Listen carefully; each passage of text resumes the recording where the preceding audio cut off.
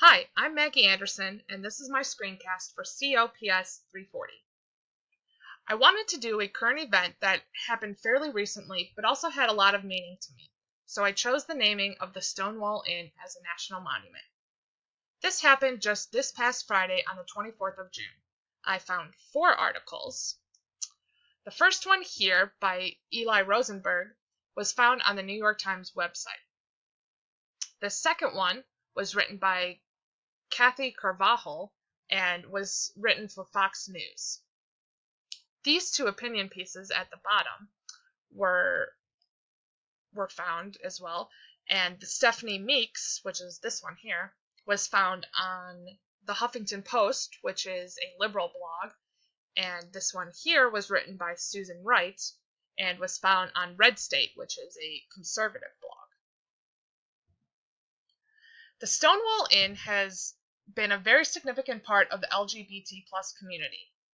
In 1969, New York City, it was illegal to have homosexual relations, so gay bars started to become safe places within the community. However, many of these places were subjected to regular harassment and raids by the local police. The Stonewall Inn was just one of the most well-known gay bars in the city. On June 28, 1969, the bar was raided by police and many employees and customers were arrested. A crowd gathered outside, and they were outraged by what had happened both at the Stonewall Inn and within the community around them. Riots broke out and didn't settle down until 5 days later, and some say that the crowd got as high as 400 people. This became one of the first well-known LGBT movements, and because of this, President Obama officially made the bar and the surrounding area a national monument. This has been in the works since May, but after the Orlando shooting, President Obama felt it was important to continue the heritage of the Stonewall Inn. And you can see this is a photo of it now. And these are the sources that I used. And now we're going to go on to the news articles that I used. The 2 news articles were similar and seemed to be in support of this action, both the New York Times and the Fox News. Both articles briefly mentioned the history of the bar and how it continues to provide support today.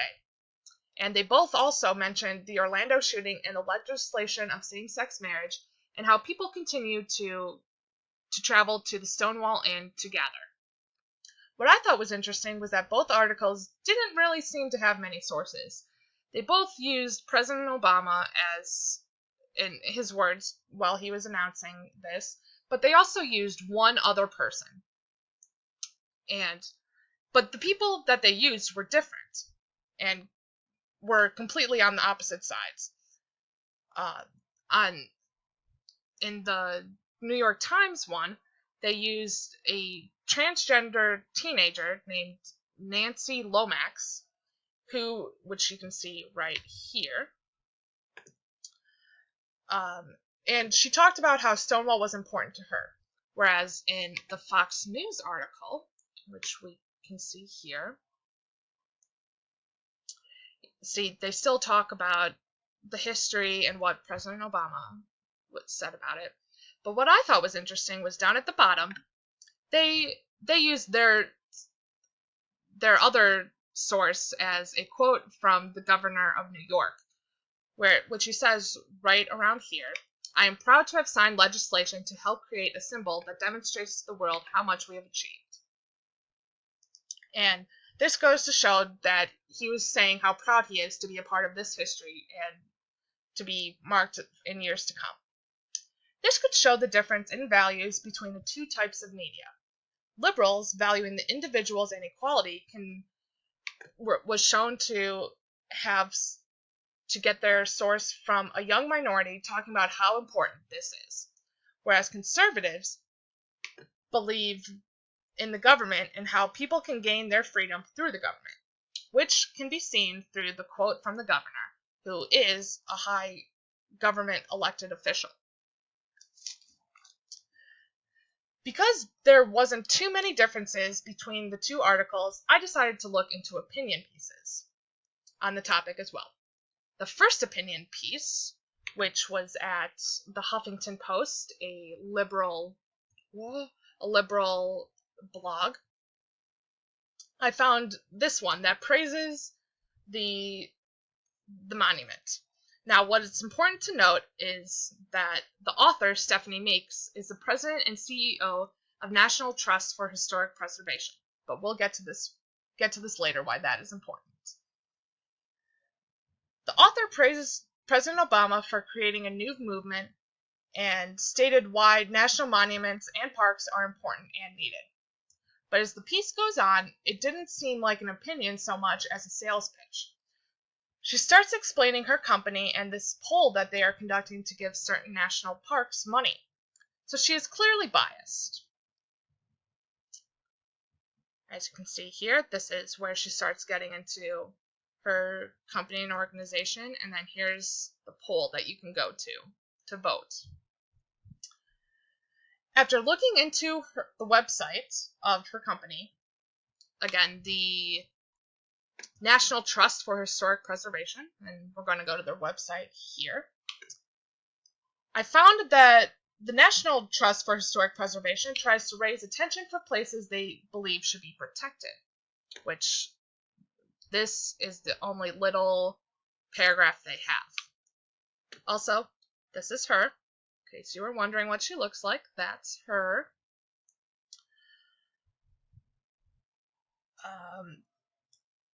And recently, what is important to note is that they've been trying to engage in social media, as you can see here, to help get people, to get a new generation interested in their cause. So it makes sense for her to praise this new national monument and use it to further her own agenda.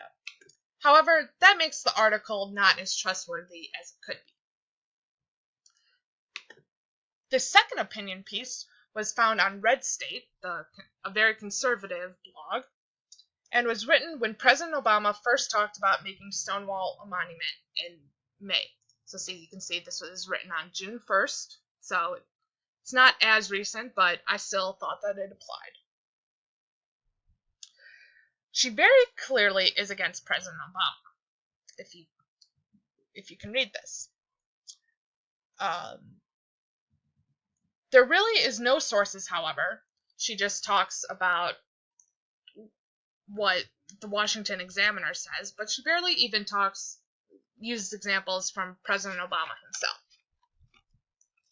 She barely talks about the history of Stonewall. As you can see, this 3-line paragraph is all that she talks about the history. And immediately afterwards, in this paragraph, she downgrades the community and uses outdated and politically incorrect terms before commenting how President Obama doesn't care about other groups that apply to her, most likely. To me, this opinion piece holds no influence at all.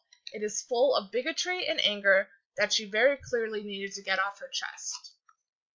Overall, I was very pleased that the news pieces from the New York Times and the Fox News seemed to have very little bias in it. They stuck to the facts and gave both the history and importance to this major event. And I think that is what is important when getting the news. You wouldn't necessarily go to the opinion pieces here and here to get all the information you needed. So I think it is important that the news articles that I found remained unbiased and provided all the information that is possible. Thank you.